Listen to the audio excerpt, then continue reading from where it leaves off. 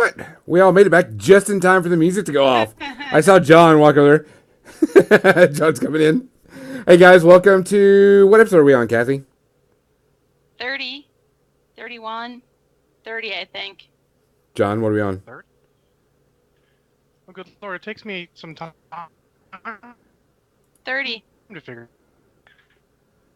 30? We on 30 right now? Man. Pretty sure we're on 30. Okay. Cool I beans. have been on the podcast now longer than I have not been on the podcast.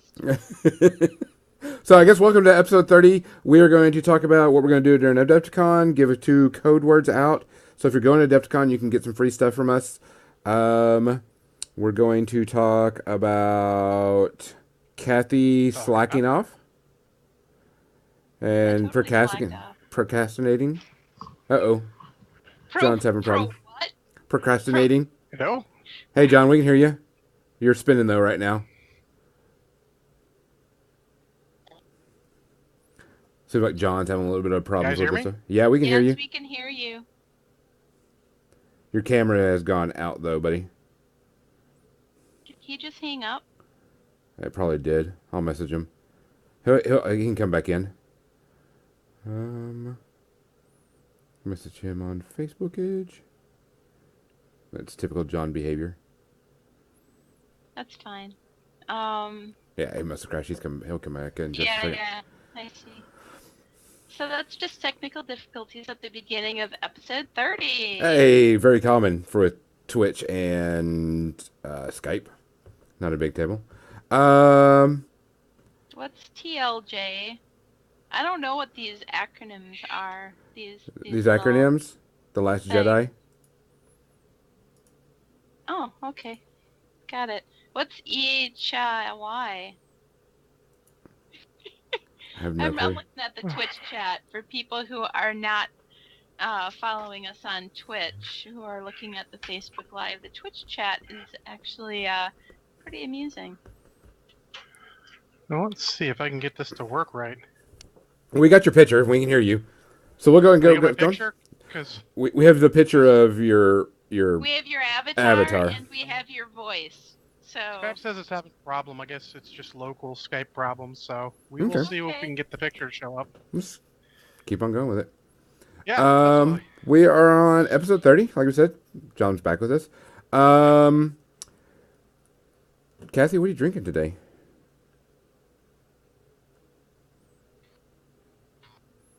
Actually, a bottle of Kraken. You're going to drink the whole bottle of Kraken tonight? I'm actually drinking it with Coke? some of this. Yeah. So if I drink the whole bottle, I'll be dead. I doubt you'll be dead. It'll just be no bueno. It'll be no bueno. You'll probably pass out before you drink the whole bottle. I have things I need to do tomorrow, so, What? No. Yeah. And I'll be helping Jim prep for his class that he has with Geek Nation Tours at Adepticon. He's teaching a painting class. And the miniatures will be getting to us hopefully tomorrow or Tuesday, which means that I'm going to help him file mold lines and stuff. So, because, I'm a good wife. I help file mold lines. Excellent. John, what are you drinking tonight? Well, I finished off my Sprite and apple whiskey, so now I have a screwdriver, which I made in the dark, so that should be plenty. Shouldn't be too much alcohol at all. But I'm going to start off with a shot of the Loco Nut coconut rum for the fall-in this week of Stephen Hawking's, because yes, you got to do something. Yep. I am drinking my last winter stout from Mother's. Well, it's good because winter should be almost over. Yep. So I'm drinking the last bit of that. I guess, you know what? I guess cheers to episode 30 and Stephen Hawking's. Cheers. Cheers.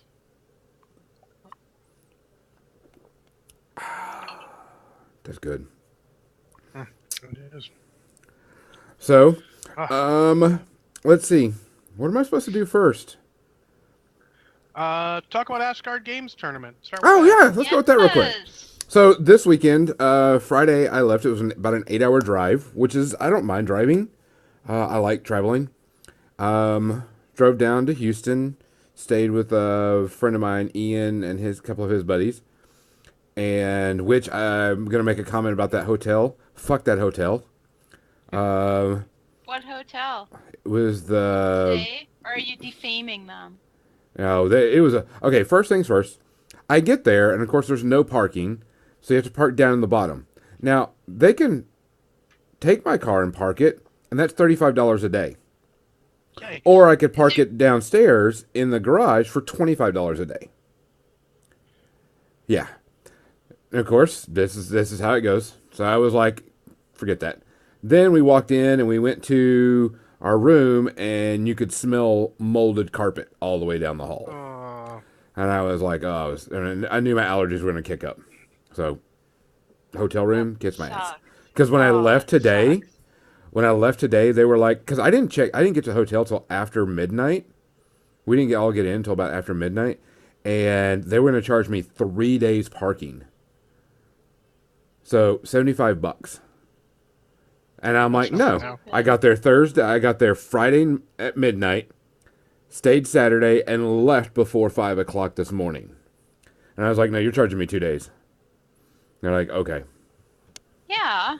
So that was it. I had meant to ask them if the group that was with me, if they charged them for 3 days, because that was bullshit. But let's see, what else? Went to Asgard Game. Hang out there for a little bit when I got there. Next day, I had a tournament. It was a qualifier for War Machine Weekend. So I was just hoping to get in quite a few games and just, get some good practice in. My first game was against a guy that he really hadn't seen Grimkin before. Didn't know how to handle it, and I played a Heretic Bump List. And he left Magnus with no focus on him and in charge distance of 3 Nayslayers with Fury on him. So Yeah, it's potentially bad. he went. Oh, and he was in my. I was in his back arc too. So he went down. Second player was I played. Hey John, nice to see you now. Yeah, well, I'm being stupid apparently. Second player I played against was one of the guys that was at the tournament that I was rooming with, and he was playing Cray, and I played Heretic Bump also. I knew I got first turn, and I knew I wouldn't be able to take down his jacks because I couldn't charge him in the front because of the Signar jack. And so I attrition to scenario, and I got up on 3 points in 1 turn, and he kill boxed himself. Oh. So, and he was like, damn it, I totally forgot about that. And I'm like, yeah. Third guy, they bought us pizza, which was a really cool thing. It's a buying good pizza so that you don't have to waste a lot of time on a lunch break is great. Yeah, so that was really good. I applaud them for that. Every bit of, and I'll talk about prize support. Third game was against another guy that I was rooming with, and he was playing Scorn as a car list with double Derp Turtles. Derp Turtles? And he decided to choose a side, so I went first with my Heretic Bump List again. And he got funneled, and he pushed himself in too much, so I just flooded it and controlled the zones again. So I didn't ambush my Murder Crows. I just put them AD and just ran them 14 inches. Let's see. Fourth game, I played against Jeremy Lee, and he was playing Ghost Fleet, and I decided to drop Heretic into it, and it was a really, really good game. It was just back and forth, back and forth. Had some issues. I couldn't get one of his models because I didn't have a magical weapon. It came down to 7th turn, and he had one more control point than I, and he had 12 seconds left on his clock. Oh. So, I mean, it was a really good game. Him and I we talked about it a bunch. It was really good, really fun game. He actually commented that he's never seen a bump list that works as good as this one. And he goes, I think you found the bump list because this worked really well and it was so annoying. So, for those of us who haven't played War Machine, what is a bump list? It's a theme list. It's called Bump in the Night. and it's a list that lets you have a ton of inventory, and you get some benefits from it. But right now, the two lists that people are using is Dark Menagerie, which is the other theme list, and so you don't see a lot of bump lists.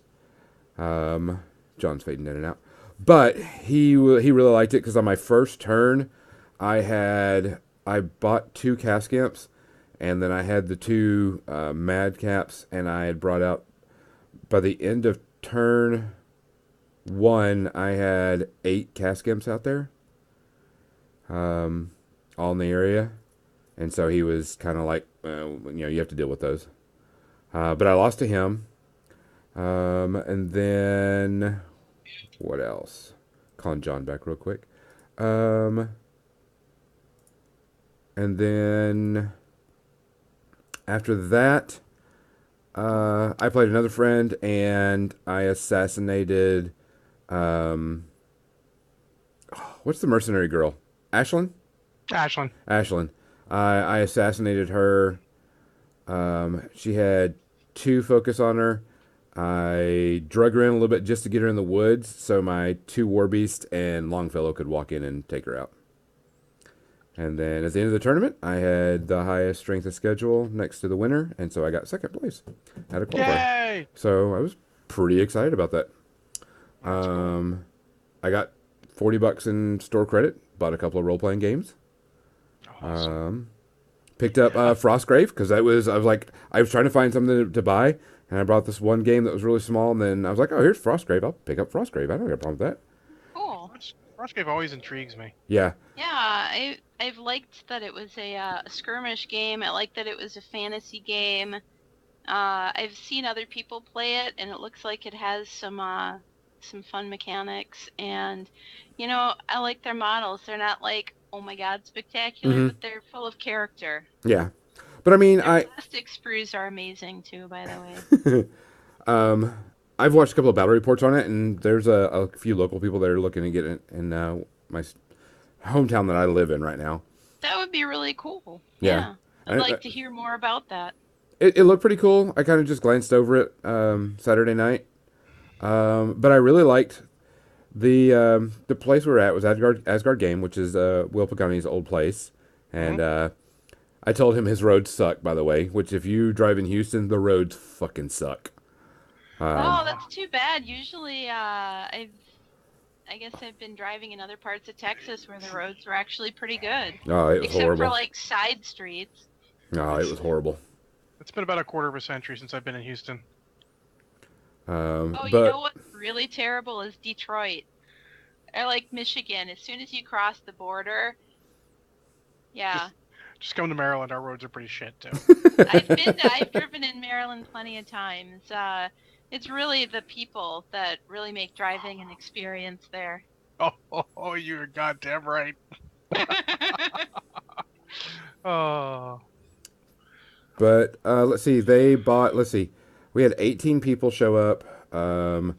Pretty much every bit of money went to prize support and bought pizza for everybody. So I'm like, that's awesome.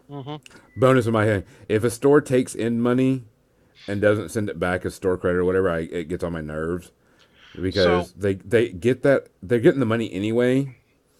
But like I went to a qualifier at one point and they charged $25 to play in the tournament. We had like 20 some odd people, and they gave out 40 or 50 for first, 40 for second, and 30 for third, and that was it. That's terrible. Yes. The local Crimson. store actually does take part off the top, but they have so little game space that they're sort of losing all other miniature gamers for the day if they run a tournament. Yeah. So I don't blame them. But as gamers, it's our responsibility. If you go to a store, especially if they put everything back into the tournament, buy something. If you go to a tournament, buy something. Even if it's just something small, like they got that blister pack. Yeah. Dice. Something small. Yeah. There was a Hobbytown USA that used to do Warhammer Fantasy tournaments, and every time I go there, I would buy something because they didn't charge us. Yeah. I always buy something. Everything back in. It was great. Anytime I go to any store and I go to play a tournament, even if I get store credit, I try to find something a little extra to buy. That way I'm contributing something to it.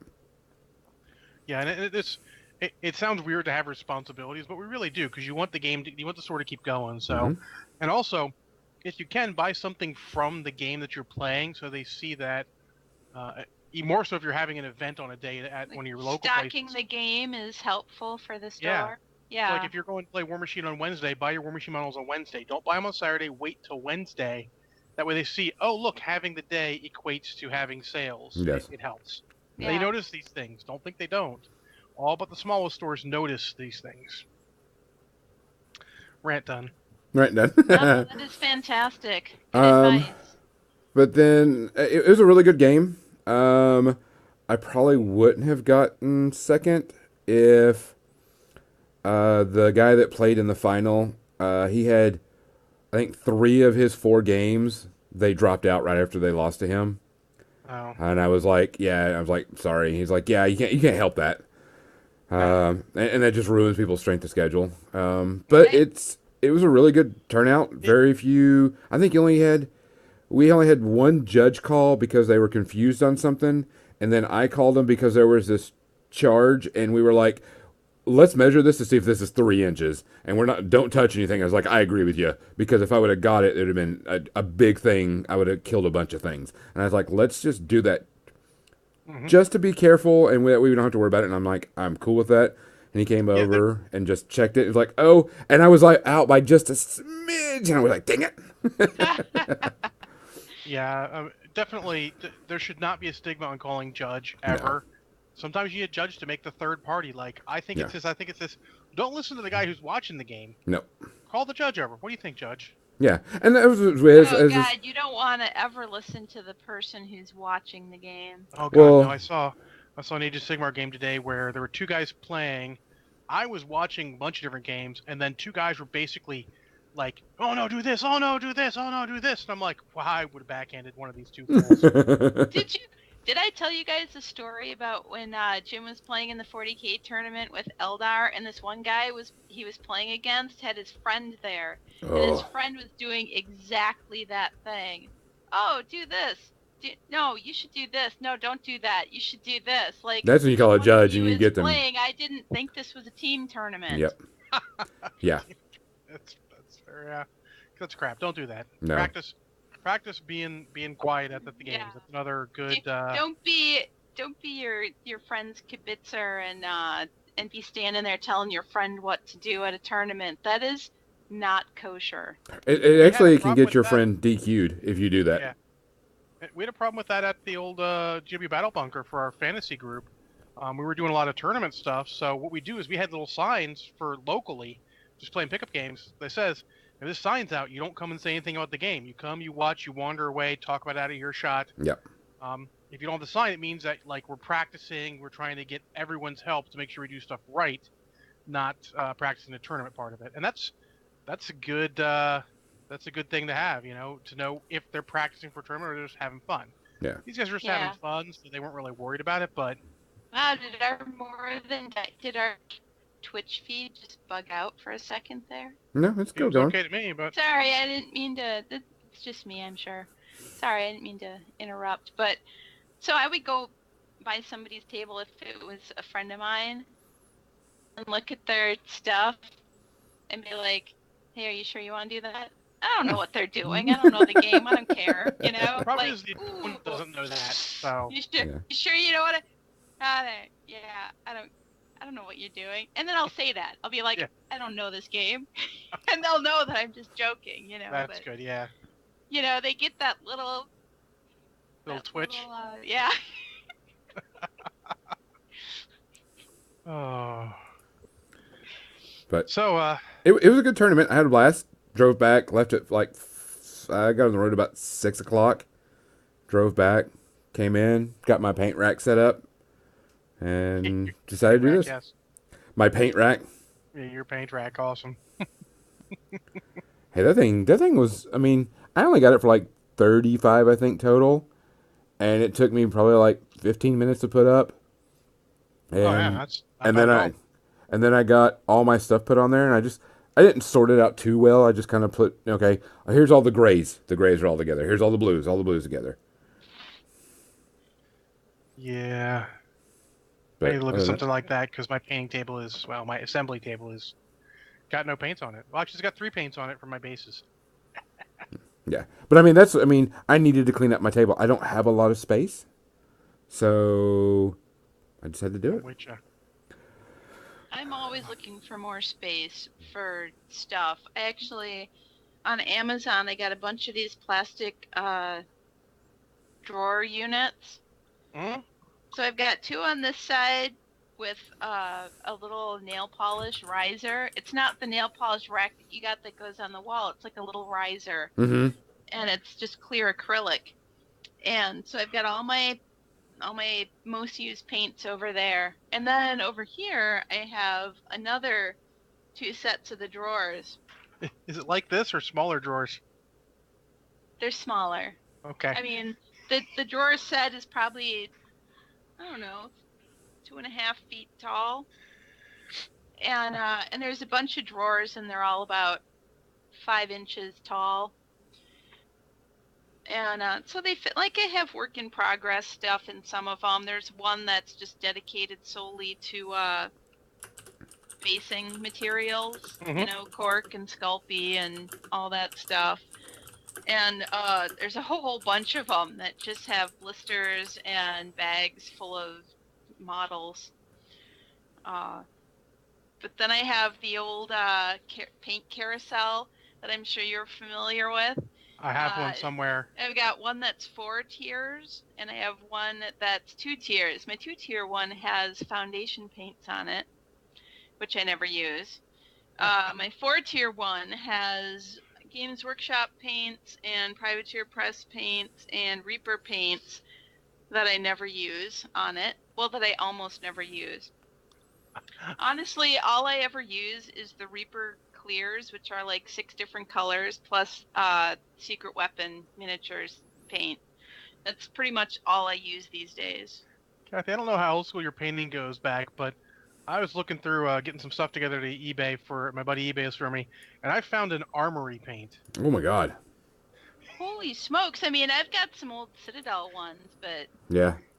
Well, unlike the old Citadel ones that are probably okay because those coat to arms paints are pretty solid, this was like pure, like it was one solid piece inside the glass bottle. well, Ah, I've had a few like that from Games Workshop stuff. I had 2 years where I had a different job, and I wasn't painting at all, like at all. oh my. And when I quit that job and I came back to painting, I had to throw almost all of my paints away because they were all just dried out after 2 years, except Yeah. for that Citadel paint. I'll be honest, GW had a big problem with their paints when they switched from the coat to arms to the other ones. Those Yeah. lids wouldn't stay on to the point where we were giving out. As packers, we had paint caps that we would throw in with every paint when they changed to the flip bottles. So the old paints would work with them, and you'd get those on, and they'd work pretty well. They'd last quite a bit longer, but still, Yeah, they so need to I work on chuck that. a bunch of paint, and then I got and of course that meant that I had to buy a bunch of paint, which is why I ended up with all the Secret Weapon stuff and the 6 colors of Reaper Clear, and essentially that's just about all I use, except for my brilliant tube of titanium white that actually I got that when I was in art school in like 1993, and it's still good.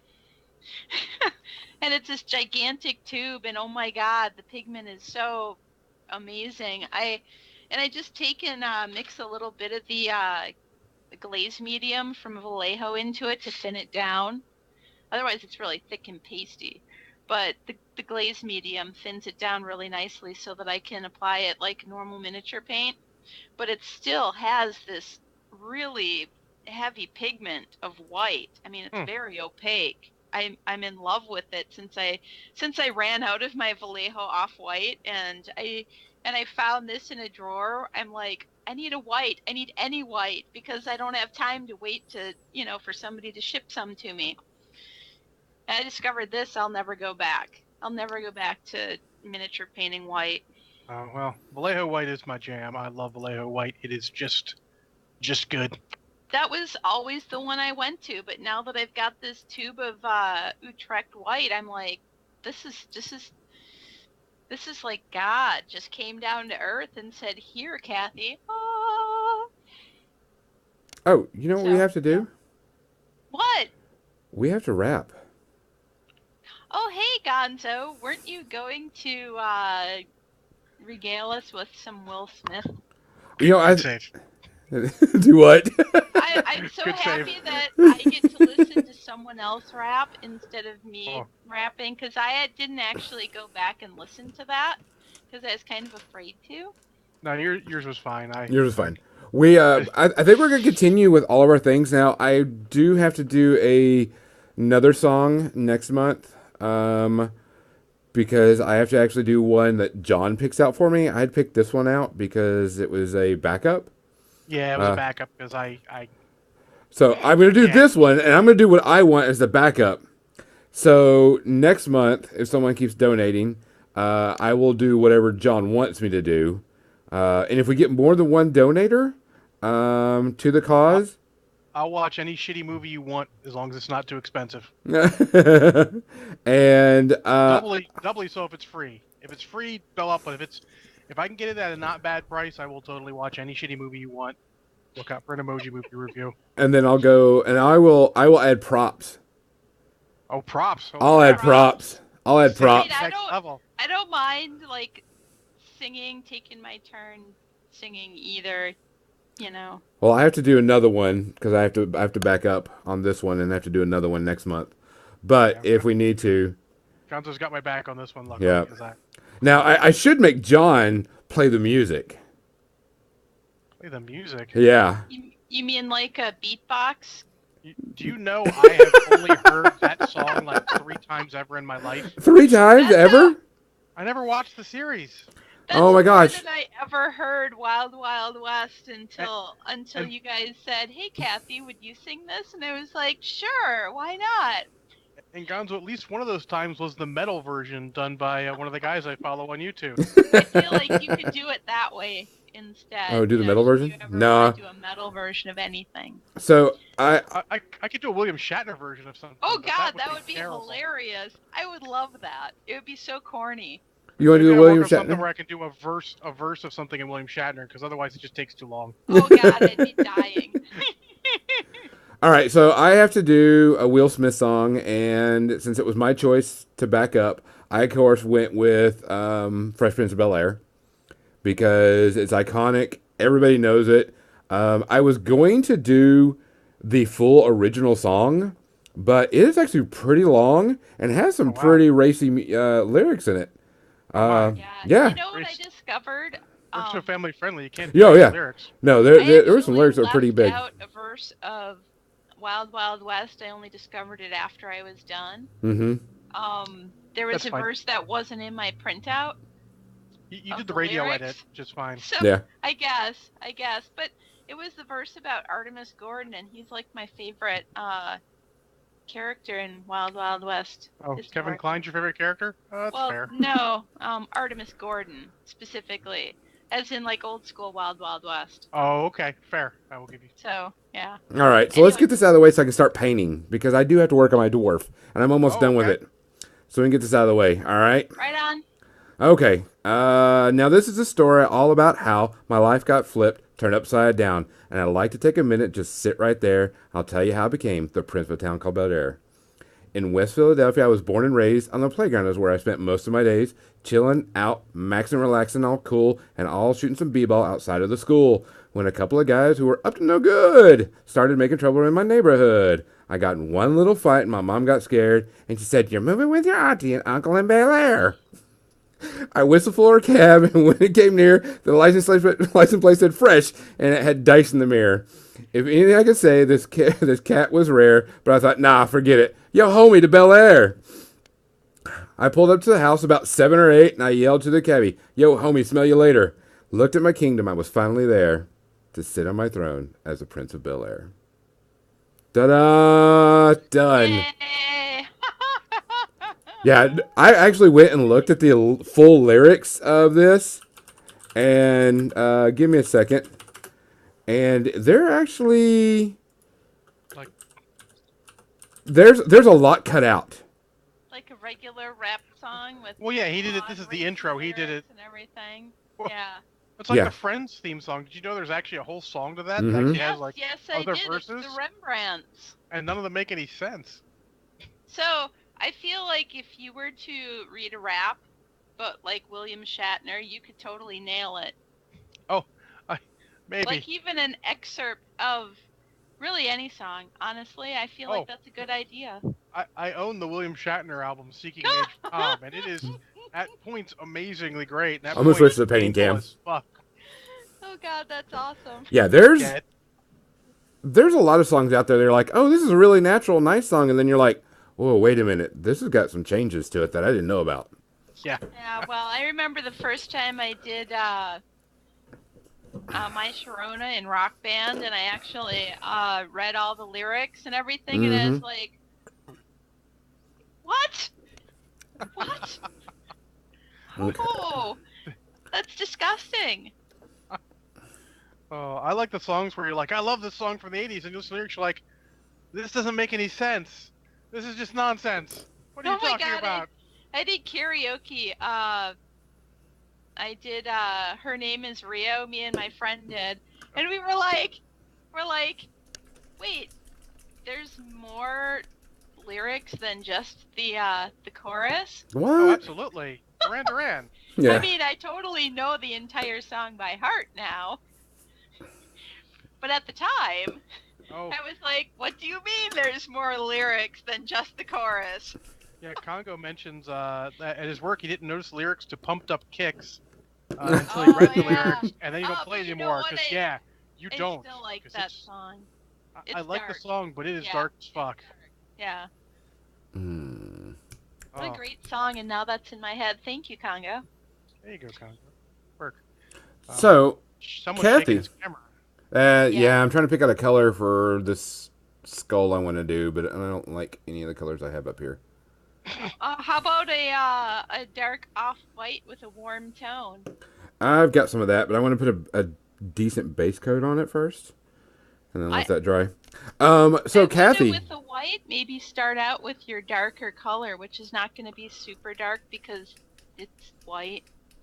yeah, I'm gonna thin it out. anyways. I've got a. I So always Cathy, base what was skulls the in black problem? or brown, yeah. Yeah, what was your problem that you had this week that you had to rush and get done? That I had to rush and get done? Because you had My to dust cookies something for off? D&D? No. Oh, my Necromunda stuff. Well, I'm trying to get that stuff done for Adepticon, and Yeah. I got my hands on it back in November. You might have heard me talk about the Necromunda models back then when I was just assembling them and getting them primed and doing a value sketch on that and getting some paint on the first couple. And then I had 2 months where I was working on work instead of fun stuff.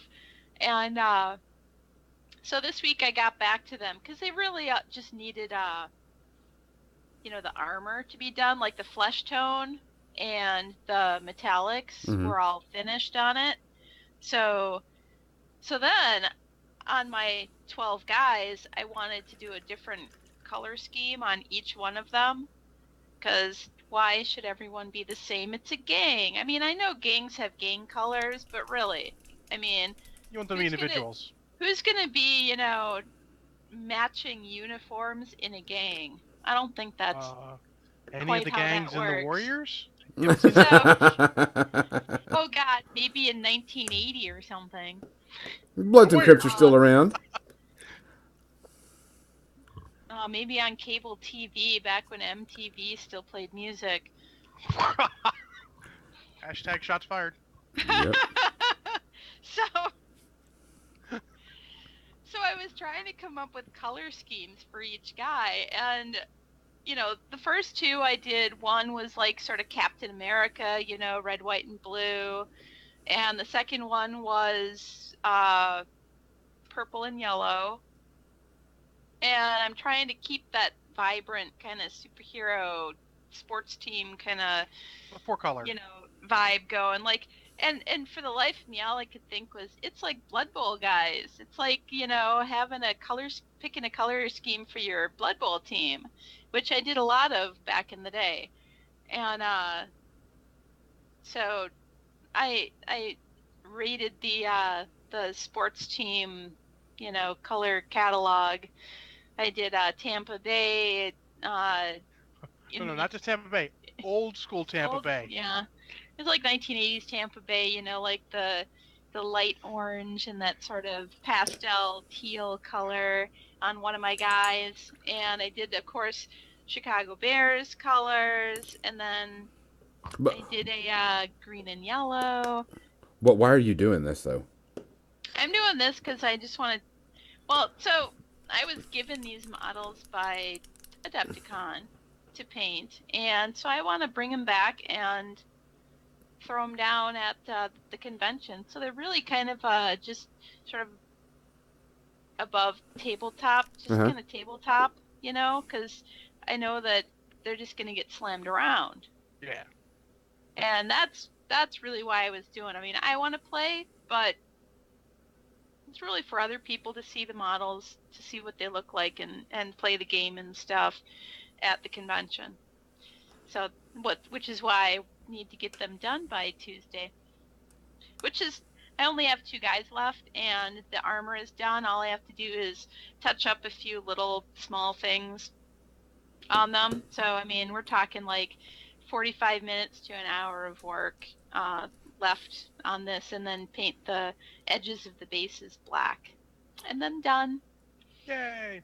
So, and then and I don't know if I'll get to keep them or if Adepticon will keep them. I'm not sure, but either way is fine with me. Fun and dandy. What else are you planning to do at Adepticon? Oh my God. So my friend's running this Shadows of Brimstone. Shadows board of game. Brimstone. And I've never played it, but he's telling me about it. And I'm like, that seems like it's right up my alley. Now, I don't know if it's full yet, because I think it's only 4 players. I think it is for 4 players. I don't remember. We played with 3. It was pretty cool. Yeah. I really dig that. It is. It may not be as polished necessarily as something like Descent or Imperial Assault, but it is super fun. So I'm hoping if he doesn't have enough guys, then I can just go in and, sit in on it. And that's Friday night. Also, I discovered that they're going to have the Artemis spaceship bridge simulator there.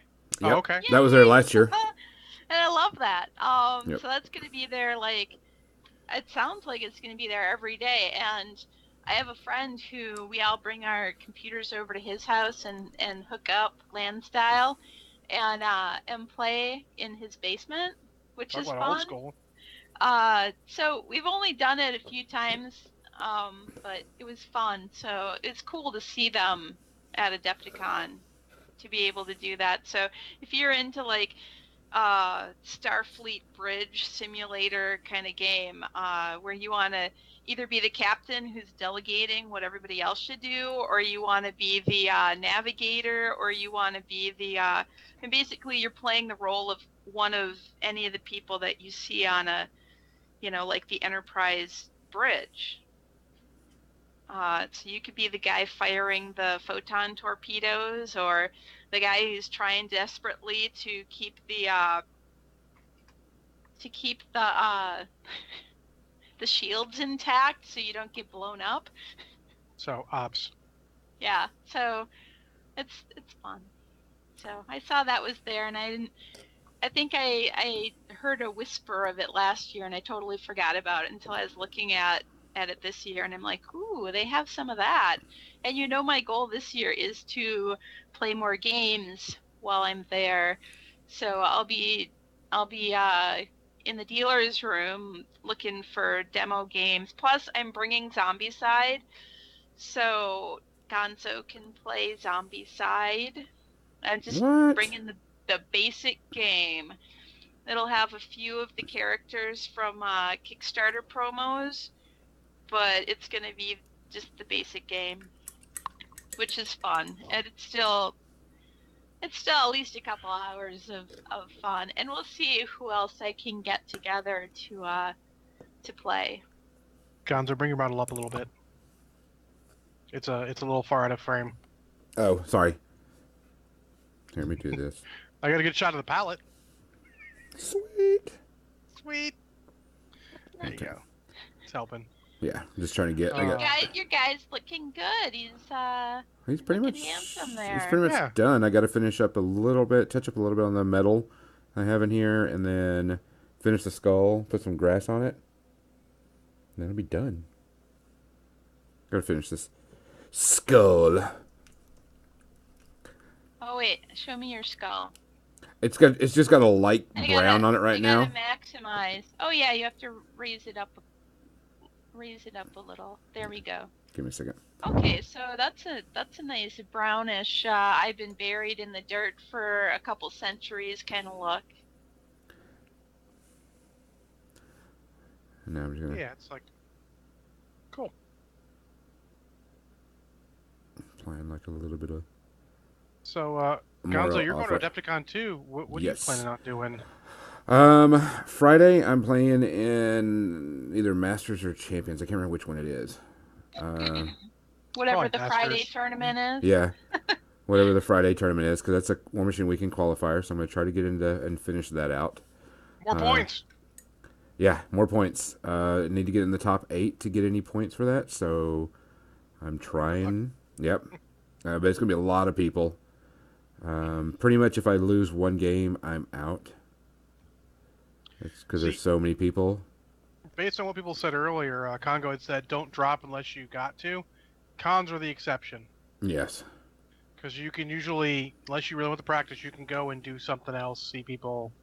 So, and we're also doing a bunch of stuff for the podcast, doing some streaming there. Going to be doing a little bit of that. And then Friday, I don't know if I'm going to do Company of Iron or not. I have a Company of Iron set up. But I'm not sure if I'm going to do it. I think I'm going to give that pass away to somebody. So, you know what's cool? They're doing, somebody's running Call of Cthulhu. Oh, God. Call of Cthulhu is a great con game because you don't care if your character goes insane. No. He's gonna go insane. So much the better if they go insane. But yeah, so 9 a.m. to 1 p.m. on Friday, they're running Call of Cthulhu. Some of the best role-playing games I've played in have been at cons. Looks like it's full. Sad for now. You never know, because somebody might not show up. It happens. So, the Friday War Machine Hordes is Who's the Boss, it says. Yeah. Which is a good fun event. Yeah. It's a good side event.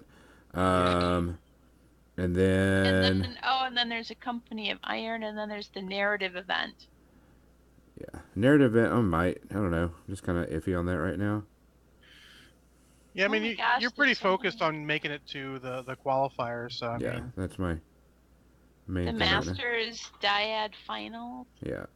And then playing that because that's going to be another good one to test, to do things.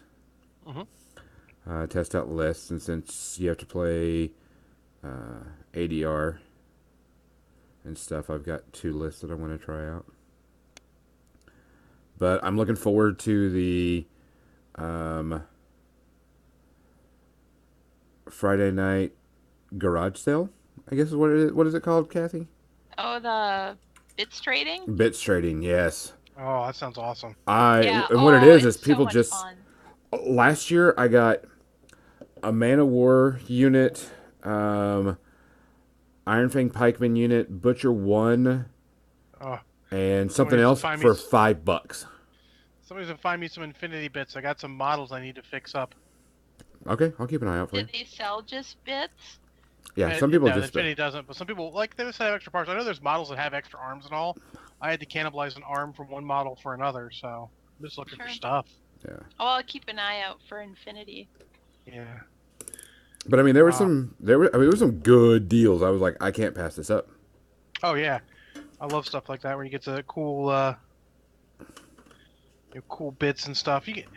Honestly, and I don't want to derail too much, just a quick one, but our focus on War Machine has sort of reined in the conversions for a bit. I'm getting back into it, and it's super fun. I forgot how much So fun it is. can you do a lot of conversion kind of stuff with Infinity then? Oh yeah, absolutely. I got I don't know if you saw my hobby streak for today. I've got this guy all put up as close as I can. Uh-huh. Um, and that's not his original gun. It's the back half of the old gun and the new front half of another gun, because they changed the profile so he can't get the gun he used to have, but he can get a sniper rifle. So I'm like, I had a sniper rifle bit, had this guy. I'm like, let's just start cutting. Yeah. Can't be afraid. Needs a little putty work here and there, but when it gets that done, it'll be fine. It won't be like Cool. like I said on the post, it won't win any awards, but it'll be fun. I'm definitely gonna go Um, check out the Infinity stuff and take pictures because their tables are always awesome. oh yeah, yeah, Oh, they yeah. have so much fun. Tiny Cathy was all over the Infinity terrain last year. I also have to go check it out, and I have to go see my buddy Angelina there too, because I'm sure she's gonna be playing in it. Oh, absolutely. Yeah. Gotta go give her shit. Angelina and Tommy will be there.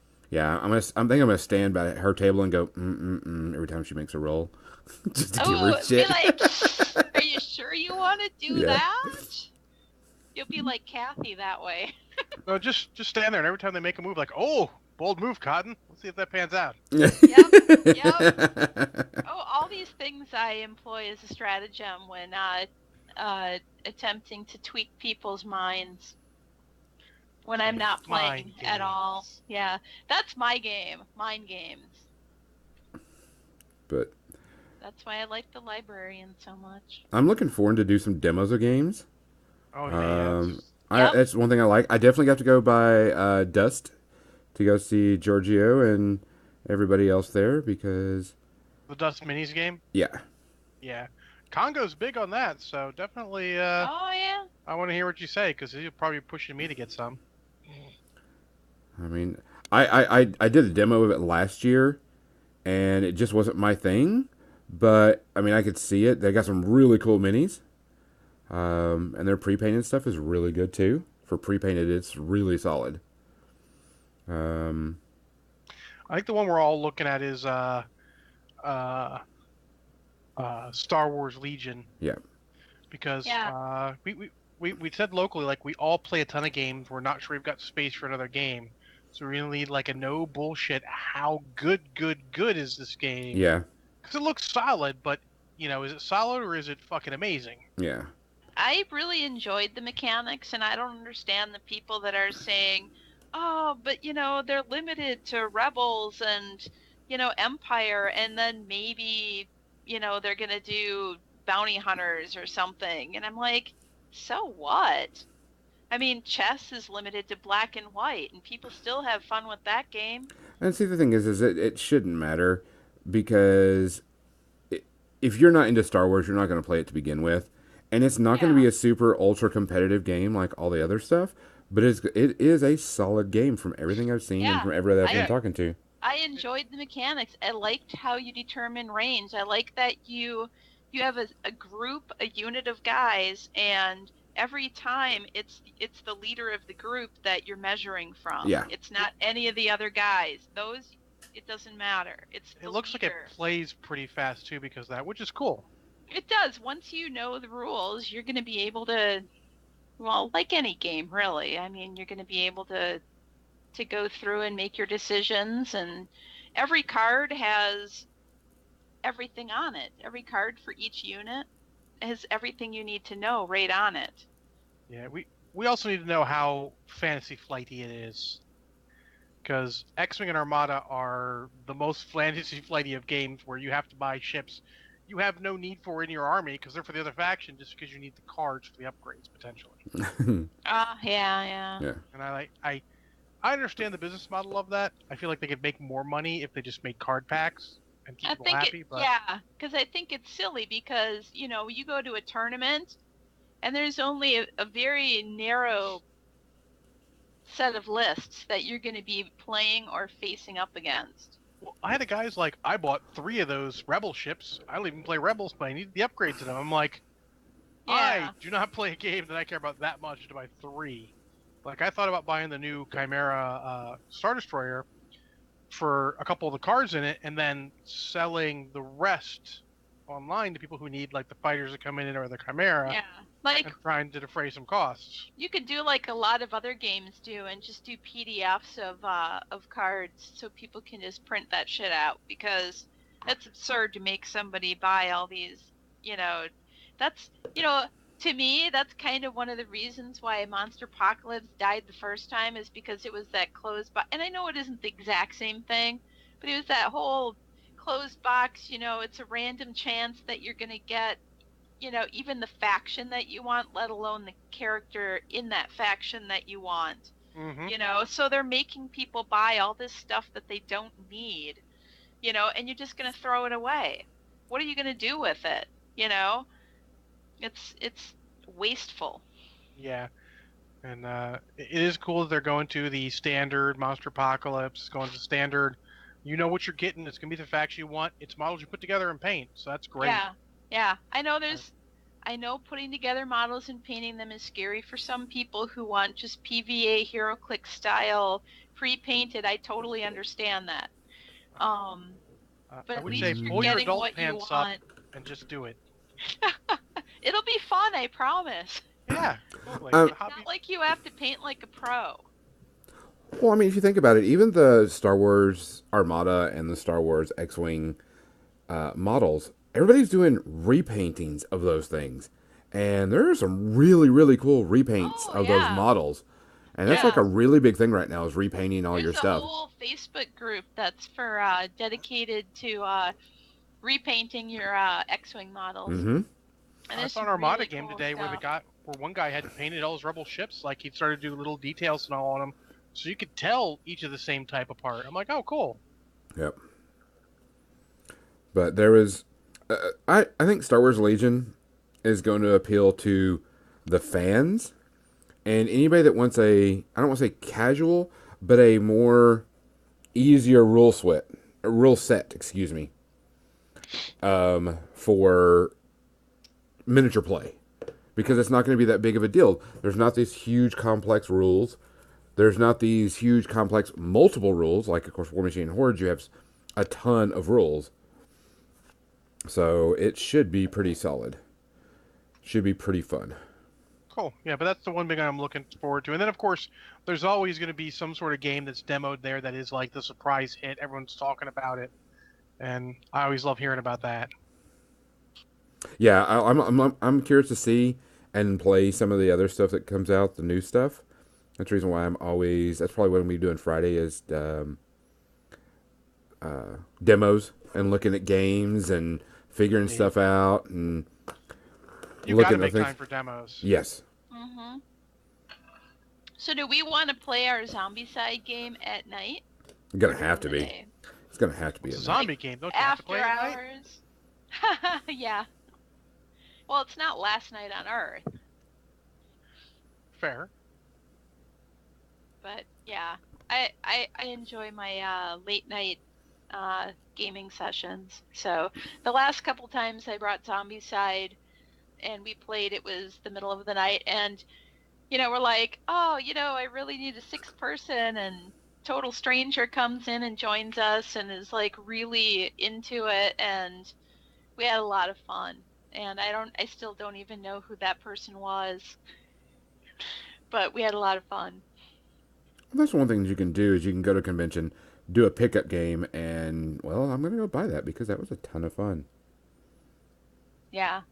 Oh, I sold a bunch of people on Zombicide after I got that, and I would take it to my my weekend, my once a month gaming, group, Mm-hmm. and like 2 different people from that one got the whole game, and then did the Kickstarters for the other stuff and everything, and so, but I like the core game. I mean, I've played the other games, but I always go back to the core game. Black Plague is almost not the same, and I am looking forward to the one with aliens, because zombies are done played out. Yeah, I've never been a fan of the whole zombie genre of anything. Like, I'm not a fan of Walking Dead. I mean, Yeah, I liked Dawn of the Dead, Day of the Dead, Night of the Living Dead. Um, what was what was the one like? The only thing in my head is Hot Fuzz, but I know that's not the movie. You know what I'm Shaun of the talking about. Dead. Shaun of the Dead. Thank you. Man, but Thank that's you. not a zombie movie. That's a comedy. Yeah, Yeah, that's and almost like a pastiche of a zombie movie. Yeah. yeah, so I loved that one. And to me, Zombicide is like those zombie movies where you're edge of your seat, you don't know what's gonna happen, y'all die. However, I like Aliens better. So there you have it.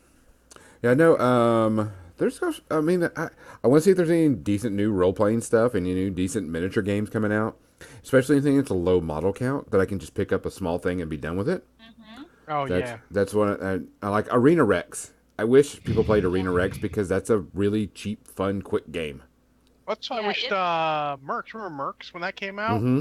It was one box. It was all the models. I'm like, I think this would be great, but it just didn't hit at all. Yeah. That's where it splattered against the wall like a pie.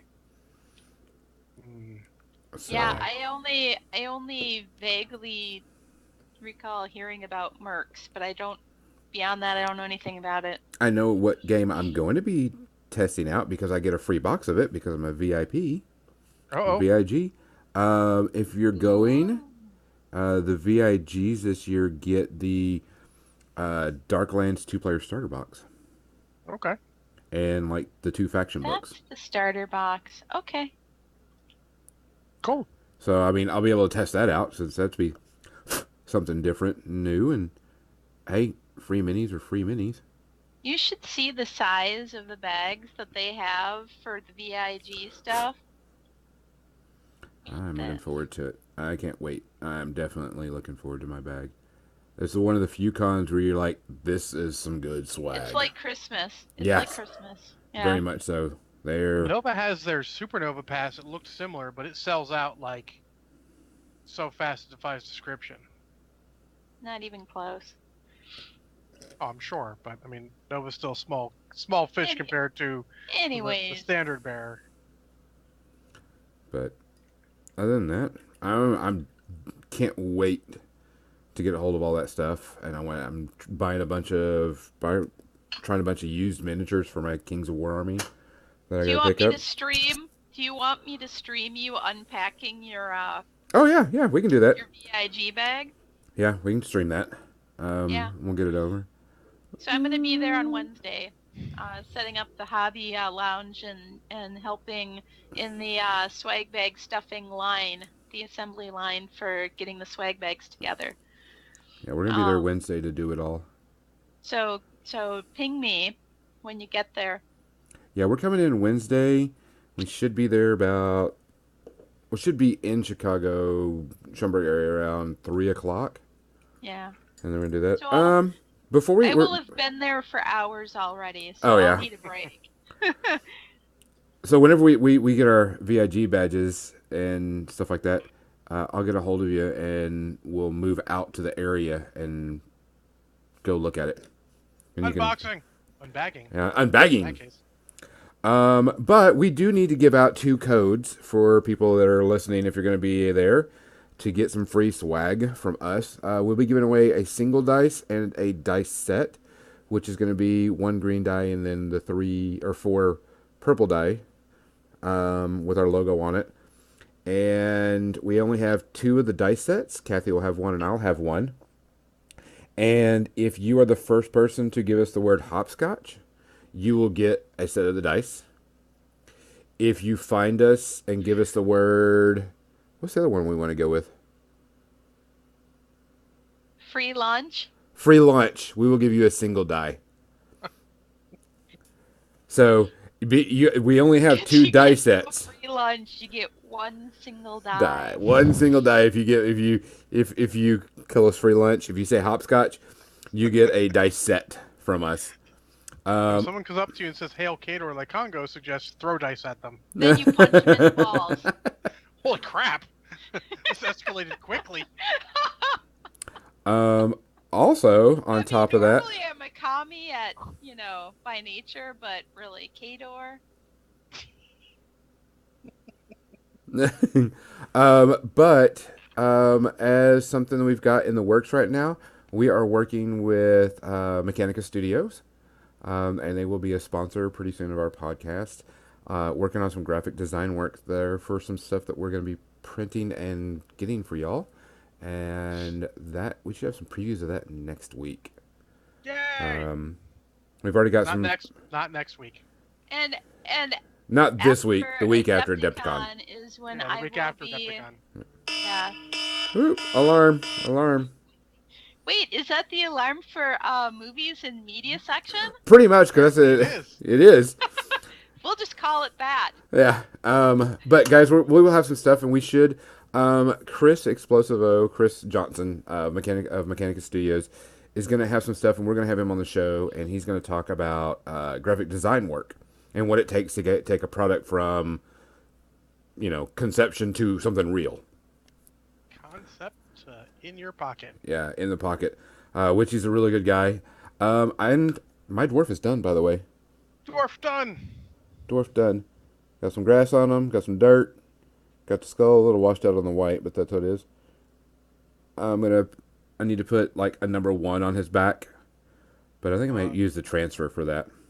A slight yellowish brown wash would probably do pretty good on the skull. Usually helps it make it look a little more dirty rather than or bleached. Yeah, I'll probably do a wet. A bit of a wash on there. Yep. Yeah. All right. So we're gonna go to media section. Let me switch back over. Media section. And we'll get that going. There we go. There's our media section music. Media section brought to us by Tectonic Craft Studios. Which will be at Adepticon. Rookie Dan's everywhere. Good lord. Yeah. He's got a busy schedule. Him and I have got something planned for the podcast also. And a possible giveaway for that too. Oh, sweet. Him and I have been talking about doing some stuff together. And doing a giveaway. Other than that. All right. Who wants to go first? Oh, do you want to start with the Emoji movie? No. That's gonna be the last. Are we saving that till last? We're saving that for last. That's the one everyone's looking forward to hearing about what John thought. Oh. So I can start by saying I did finish the Frankenstein Chronicles on Netflix. That's a Netflix original, starring Sean Bean, and I loved it. I really So halfway through, we were kind of ambivalent. We're like, I don't know what direction this thing is going. It was like the second episode of the second season, because there's 2 seasons. And we're like, well, there's a couple of little slow moments. There's a little,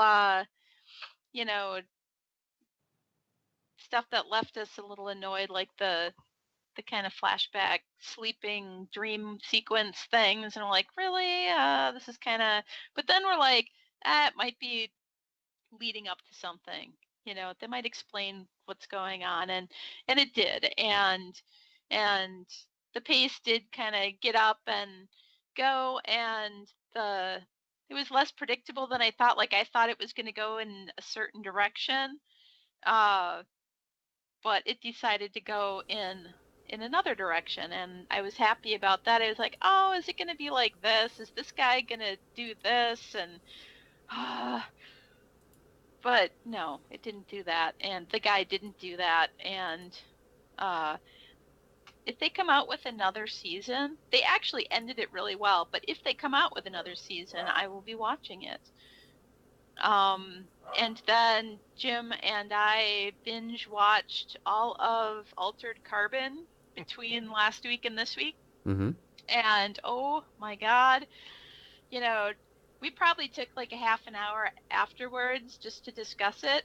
The credits are so long, you could actually discuss the whole thing while it's going from one episode to the next episode, because it's where it's like 3 minutes of credits at the end of each episode. The credits after every episode. Yeah, I like that. It started fast forwarding, but we're just discussing the each episode and what we thought, and there's always with everything a few things that you're like, really, but mostly it was fantastic. And there was like 4 days where we couldn't watch it because we were busy doing other stuff.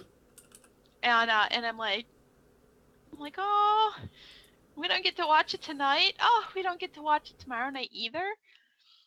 And I recommend it. I enjoyed it. I thought it was there were some interesting. Well, I think you were talking about that last week, John, and or the week before maybe. There were some interesting allegories for some things that are happening today, and some interesting discussions that it raises about ethics and stuff. It's definitely deeper than it has a right to be in most cases, but that's good. More interesting, the fact that it's based off a book series that I'm sure brought up these same points years ago, back when it maybe wasn't quite as so blatantly topical. Well, and I mean, that's the thing that I like about sci-fi as a genre is that they are forward thinking and they do confront these kind of issues, Starship Troopers still relevant. Yeah. Oh yeah. It's like they're the prophets of the future, sci-fi writers. That's because they listen to the past. Yeah, exactly. If you know the past, if you know history, then you probably know what's going to happen next. Yep. In the grand scheme of things. Cool. So that was my my movies and media. Gonzo, what did you watch? I actually didn't get a lot of things watched this weekend or this week because I went to the tournament. But I did start watching something a little bit today because I had a little time period. I just sat and chilled, and after my 8-hour drive before we started the podcast, and I was trying to figure something to watch. And I have a couple of movies on there. I'm like, I don't have enough time to watch these movies, so I started watching, and it's kind of stupid. And it's a Netflix original called Nailed It, and it's based off of the meme, pretty much, where people take things that they saw online created by bakers and all that Pinterest thing. Yeah, and they try to recreate it, and then of course it looks like crap.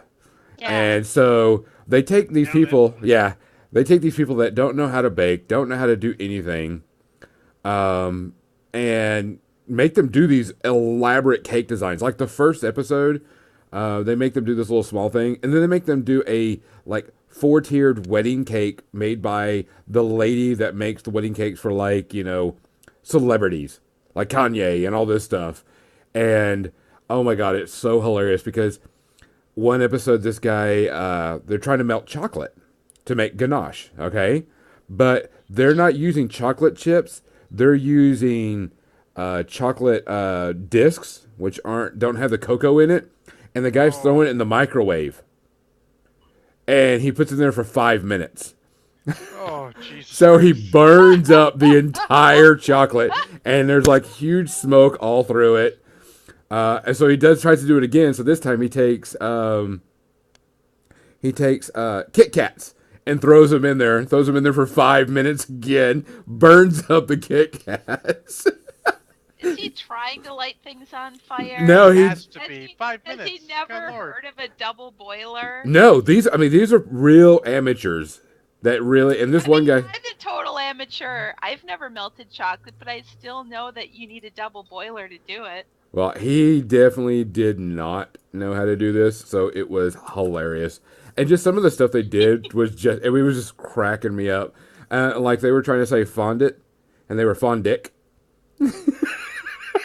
Fondant. It's fondant. It's fondick. That when we were building our wedding cake. That's a story for another day. My buddy's wife makes cakes that look awesome, so I know all about that stuff for a basic level. I'm not saying I could cook one, but fondant and all that stuff, I've seen her cakes. They're pretty amazing. Oh yeah, and there's some really amazing stuff on there. It's just hilarious seeing these people try to make. They had this one cake, and it was an emoji cake, and you had and it was just yellow fondant over the cake, and an emoji design, and they just couldn't do it, and it was amazing how bad these people screwed up. It's round, it's yellow, and you put a face on it, right? Oh yeah, these people couldn't do it. Like this one lady was baking a cake, and when you fill a pan up, you're about halfway. No, this lady filled the cake pan all the way to the top, and then went to go bake it. Oh no! See, you So know it's what? it's stuff I like wouldn't that. have known that. Like, I don't bake cakes very often, although if I had a box mix, it would explain it to me. But yeah, So that it's I just would stuff not like run that. into that problem, but that's funny. Yeah, it's just silly fun like stuff like that. I mean, you could watch, and it's only like 30-minute episodes. So it's pretty hilarious to see So it's people script. bite-sized. Yeah, you could do it real quick and not have a problem with it. There's something about a bite-sized TV show that's very helpful. Yeah. So I mean, you can just watch it, enjoy it, watch people be stupid, and be done with it. That's what we've been doing with reruns of Absolutely Fabulous. Okay. Oh, going a little old school with that, are you? Oh yeah. That's what I use YouTube for, I'll be honest. Yep. little bite-sized stuff. Yeah, that's perfect. Other than that, I guess I can start talking about the stuff I watched this week. yeah, I'll come back with something else after you're done. But I could, since it's only 10 after 8, I could mention that the second season of Santa Clarita Diet is coming out on March 23rd. can't wait to that. And I am all over watching that because that was amazing. That was another one that was so unpredictable. You know, you think it's going one direction and it's going in a completely different direction you never would have thought of. So, that's it. I'm done. Oh, before you do that, quick plug. We will be back with the Donna Harbinger starting next week. Most likely. We just have to put it on break because of conventions and everything that's going on. So that will be coming back shortly. Cool. So, all right. I'm still watching Dark Matter slowly because it still hasn't grabbed me. Okay. Still in the first season, maybe 11, 12 episodes in. It's interesting enough that I haven't like discarded it yet, but it really hasn't grabbed me because they need to stop using the same fucking tropes again and again. It's really kind of derivative after a point. Mm-hmm. I did get past the episode with the first episode with Will Wheaton in it, which is cool, where they explain Two's background, which is cool. But like I said, it just hasn't grabbed me yet. It's kind of trying too hard to a point, but it's just not there. They really could use someone to come up behind them and really punch up the first season. Yeah. You know, where something like Firefly just flows, and even Andromeda is not. The first season is not great, but it's not the same shit again and again. Yeah. Mm-hmm. Dark Matter, just keep using the same shit again and again, and it gets a little tiresome. Now, if you were watching it one episode a week, it may not be as bad, but I'm watching, 3, 4, 5, 6 episodes a week, and that gets a little problematic. Yeah. We'll see this week because I didn't watch a lot last week because I watched a couple episodes because, I had a bunch of interviews, so that takes up my lunch break usually. Plus, the Emoji movie took up a fucking lunch break and change. But I'm gonna give it about 2 shots of crack, and the first season's still worth watching so far. Just not amazing yet. The second movie I watched is The Living Daylights. I was looking for something to watch last night, so I'm like, oh look, they got all these James Bond movies. Let's watch the first one I actually saw in the theater, which was Timothy Dalton, The Living Daylights. It's really not a bad movie. It's a very good change of pace from the absolute blatant silliness that was the Roger Moore era. Oh yeah. I mean, yeah, not my most favorite era of Bond. Like if you're in the right mood, those movies are great. But this is sort of like a balance between the serious and the absolute silly. Timothy Dalton is the only Bond I have not yet seen, if you can believe that. Well, I mean, you don't know me that well, but I'm a huge fan of James Bond, but I still haven't seen the Timothy Dalton James Bond. You only missed 2 movies, so. Yeah. And neither of them are amazing, but I really feel like he didn't get a fair shake as Bond. But yeah, I enjoyed the movie. It was pretty solid. It kind of silly at points. Some stuff was very silly, but as they were transitioning away from Roger Moore, they had to try to keep the audience that they'd gathered. So they had a tough sell. That's true. That was the first Bond after, and Roger Moore was like an institution. I mean, Sean Connery was. I can only imagine how they felt when it moved from Sean Connery to Roger Moore, but he did so many, and I can't even imagine. You forgot George Lazenby. Oh, well, yeah. He was the first one. No, he was second, actually, after Connery. Was he? Yes, he was. Was he in Her Majesty's Secret Service? I think that is the one. He was in one movie, and then I think they went back to Sean Connery, and then they went to Roger Moore. Yeah, I think he didn't want to be typecast, which I find is amusing because all the people who say that, who quit a series and say that, are never heard from again. Pretty much except Sean Connery. Well, you know. It's Sean Connery. He had a lot of skill, so he's a talent. So the one thing that really caught me about this movie, aside from how balanced, silly, and serious it was there is a scene where the main heavy, the bad guy's heavy, Necros is his name, comes in to go after somebody, and the fight between him and a nameless MI6 guy there was actually a good, even fight. Normally the bad guy comes in and just whoops all their asses. This is like a good back and forth fight. I'm like one that he would have with Bond. I'm like, this is really cool. This is completely out of place for this kind of movie. Huh. Generally just shows up and he kills dudes. Like, I'm badass. No, this is a good, solid back and forth fight. I really give it props for that. Other than that, it's got the standard tropes you're used to. It's good to see the old M, the old Q in there, and go back to the bygone era of Bond. And it is weird knowing the next movie. I've seen the next movie, which is License to Kill, I think it is. Way more than The Living Daylights. And I know the background, the plot, and the cast of that movie. And it's weird seeing a different person playing Felix in this movie than is going to be in the next movie where he actually has a slightly bigger part. And I think that's sort of one of the things they missed in the newer Bonds. They had him in a little bit, but not really getting that relationship between Felix Leitner and Bond, which should be more than it is. But I mean, it's hard to come back with an iconic, character like James Bond and do it perfectly. Yeah. Because let's be honest, the Daniel Craig movies have been pretty good. I've enjoyed them. Yes. Yeah, I like John Cleese's Q. I like Dame Judi Dench as M. I even like the new Q. The young guy is Q. I'm like, that guy's fine. He does a good enough job as Q. They're doing a good casting job, doing good. But Desmond Llewellyn will always be Q to me. Yeah, definitely. Always. Well, just like Sean Connery will always be James Bond to me. I mean, there are these other James Bonds, but it's like Doctor Who. I mean, he's my first James Bond. You never forget the first one in those cases, do you? But overall, I give it about 2 shots of crack. It is better than your average action movie. It is kind of interesting because part of the plot is Russians fighting in Afghanistan. So you get there and the Afghani guys, they don't portray them totally as good guys. But overall, they're freedom fighters.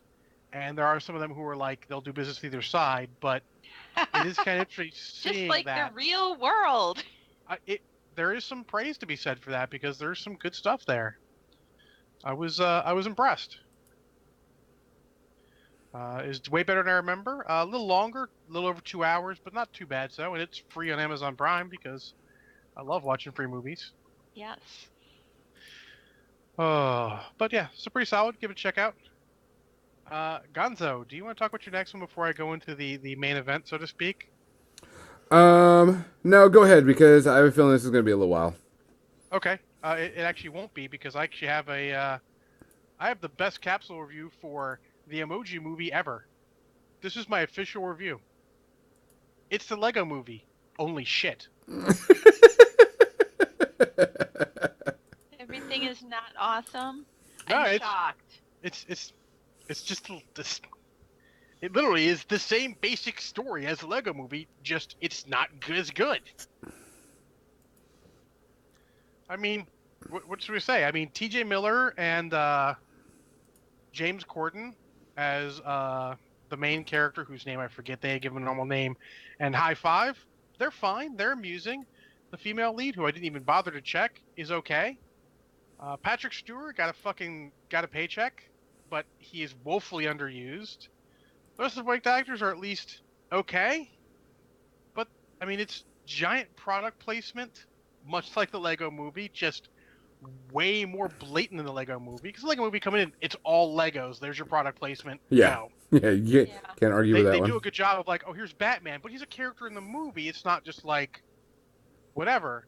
In this, it's like they have to get to the what the hell app is it?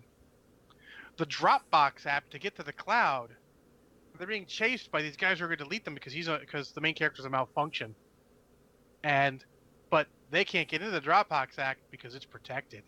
Like, come on, guys! For fuck's sake! That's the most blatant bullshit ever. It's just not good. It's not bad. It's not terrible. It's an hour and a half long or so it doesn't stay too long. And the beginning is painful. There are points at the beginning where it's actually painful. Beyond that, it's just generic and bland. You can see every beat coming. Like, oh look, they talk this female hacker emoji in order to get to the clouds so that the main character can get reprogrammed to be a proper meh. Like, oh yeah, they're falling in love. We know this shit. She's a female. Like, a mile away. They Which try is some hard. actually really sad. Like the female character is automatically the love interest. She's actually competent too. I'm not going to say anything about that. She has flaws. It's not bad. It's not like as bad as some of these movies, but she's a lot like Wild Style. She has some flaws, but she's also really competent. I mean, literally, someone read the script of the Lego Movie like, we can turn this into emojis. It's only 5 years too late for this movie to come out. Let's go. Fuck. That's really the worst thing. Is it was too late to come out with this movie. If this movie came out 5 years earlier, it'd be interesting. Or if instead of having animated scenes for the real world characters, if they'd done the Lego Movie thing and had real people there really acting, it would have added a little more. 'Cause let's be honest, Will Ferrell and his son in the movie fucking kill it. The Lego Movie. That is heartfelt moment in the middle of that, or middle to end. I mean, it's really good. This doesn't have any of that because it's just more animated characters you don't give a shit about. It's high school kids who, oh, they're flirting through text and all. Like, I can't sympathize with that. Fucking cell phones barely existed when I was in high school, for fuck's sake.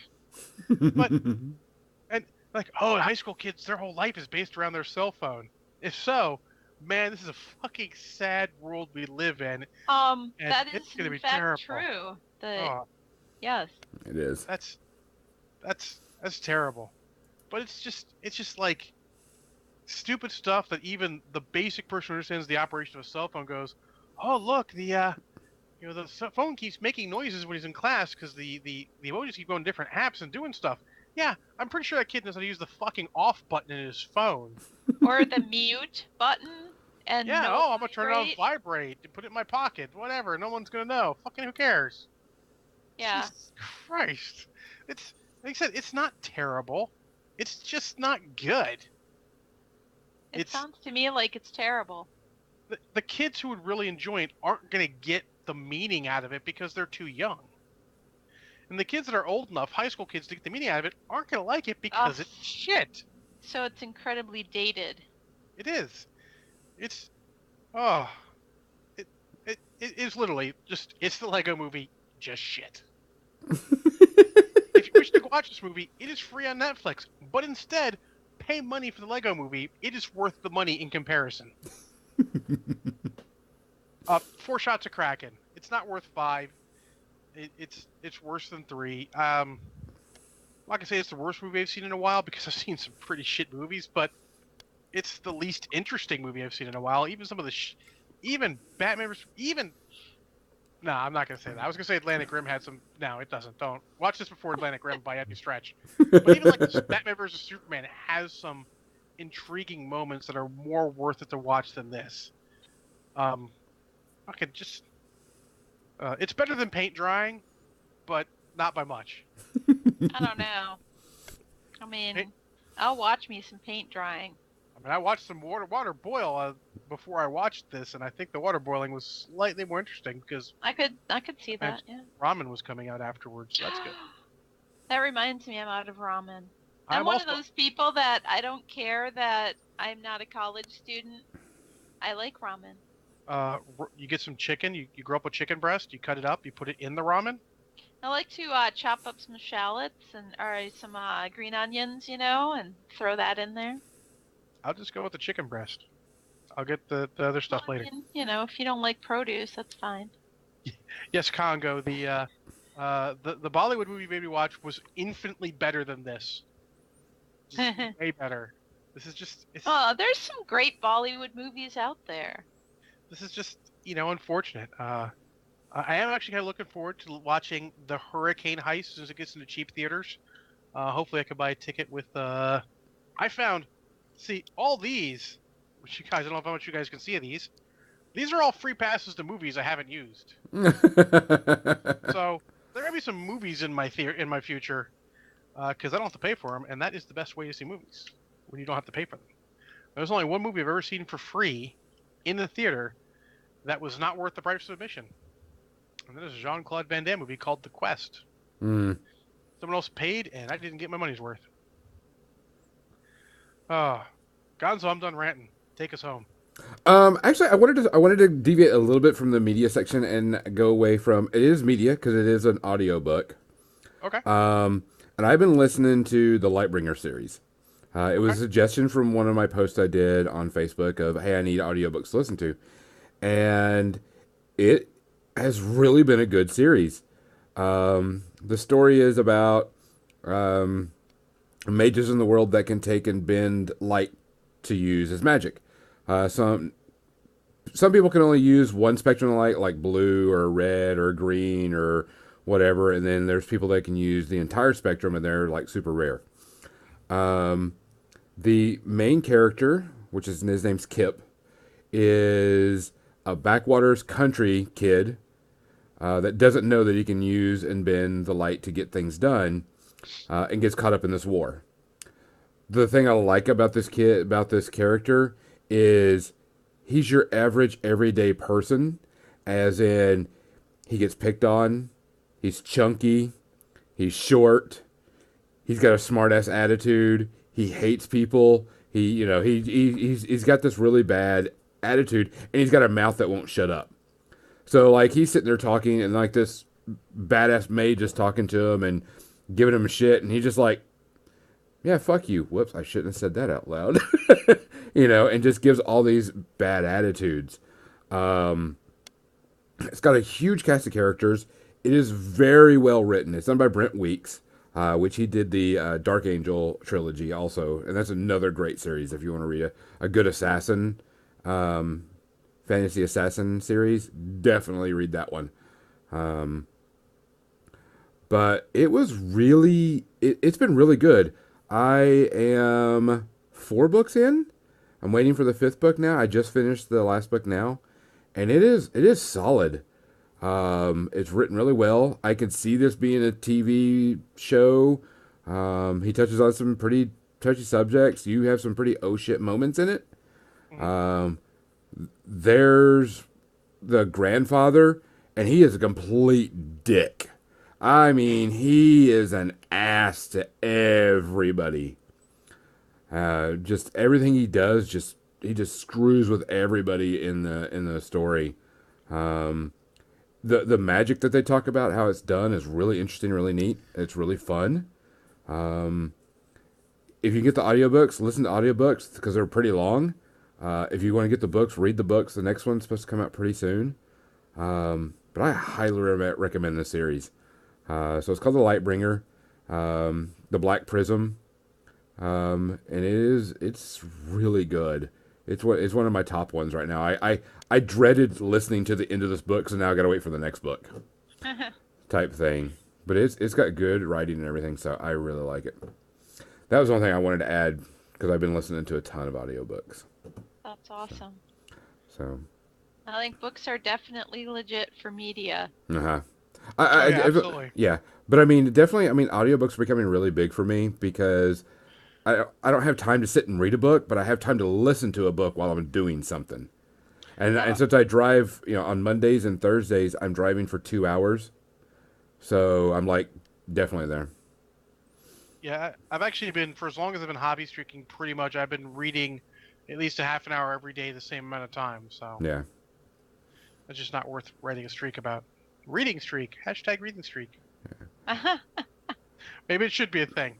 Um, I'm still stuck on my books that were written in the early 1900s, like the 19 teens and 1920s.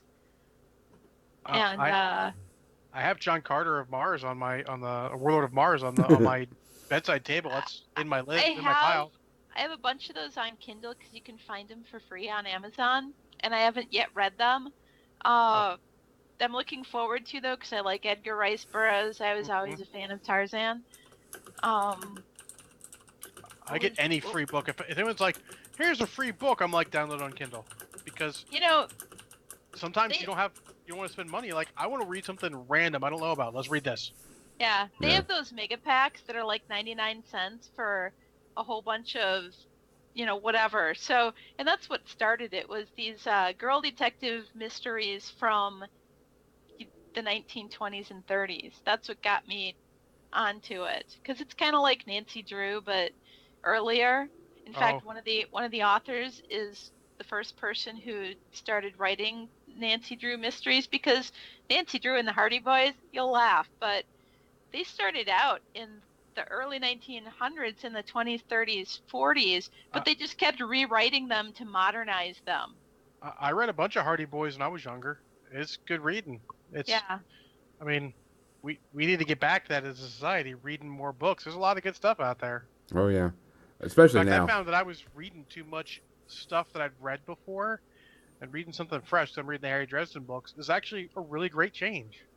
Yeah, definitely. Yeah, it's nice to revisit something that you feel comfortable with, and every once in a while I do that. I have a few old standbys, but I have been enjoying reading these, and it's funny because they're not new books. They're ancient. Yeah. But reading these things in the early 1900s, I'm like right in the cultural context of, like, World War I, for instance. They mention it, in passing in a bunch of these books, and one of them has like 3 different novels in this series where the character joins the Red Cross because she wants to do something for the war effort, and she ends up going over there as a Red Cross worker, not as a nurse because she didn't have that skill set, but she was in supply. And so there's 3 books that deal with that, and her friends who also volunteered and found jobs, or guy friends who are over there fighting and stuff. And I like the cultural aspect of reading these. It's not like they're brilliant literature, but just the cultural context of the time.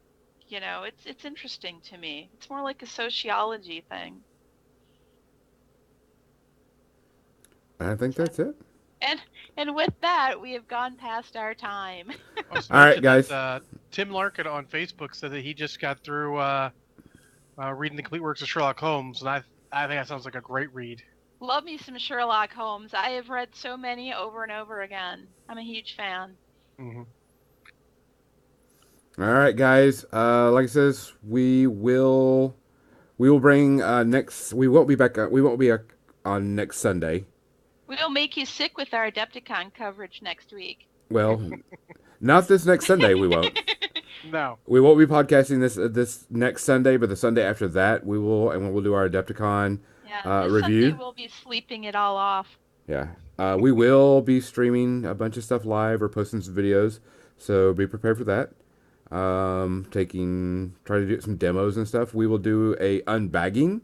Cathy will stream that for us on the Facebook page. As Gonzo unpacks the Adepticon VIG swag bag. Which is going to be awesome. Other than that, I think we're good to go and we can sign out, guys. Episode 30 is in the bag. Yep. Thanks to Tectonic Craft Studios and Broken Egg for Thank you, Broken Egg. Thank you, Dan. Sponsoring us. And other than that, for More Than Dice, I'm Gonzo. I'm John. Cathy. Okay, get it yet. I should have said I'm John. I could have got a free coat. Good night, people. Good night. Good night. Or Da-da-da-da-da. we making our da da da da da da.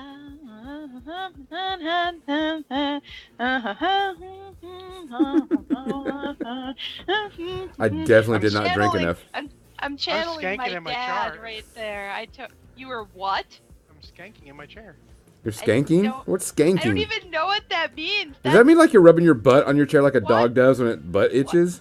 Oh, I didn't know that's what you call. That's what So- you do when you listen to ska music. You skank. That's the dance to ska. Oh, excellent. You learn something new Continue. every day. Yeah, I could have. Yeah. And with that, we're out.